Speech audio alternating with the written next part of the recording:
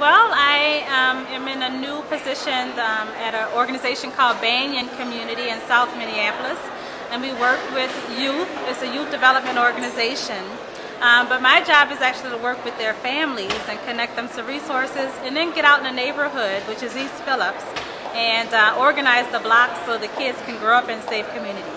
So I guess I was coming to look for information to give the block leaders and the residents in the community such that, issues of violence would come up. Well, you know what, I told someone that I came to an anti-violence or, violence conference, but I didn't have any expectations. Now, I didn't know it was going to be about collective impact, but I love the idea.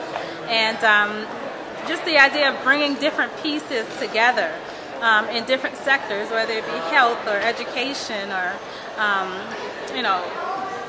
thinking about domestic violence, I think is a wonderful idea, and it makes sense, I think, for growing communities and for being youth-focused as I am. It makes sense to work like that in the future.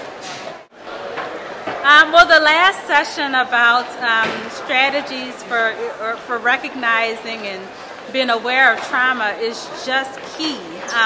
I think in my own life, I thought about things that I'm realizing for myself, my mother, but also with a lot of the families we work with, and getting them to think about future, and getting them to think about how to prepare their kids to be contributing members of society.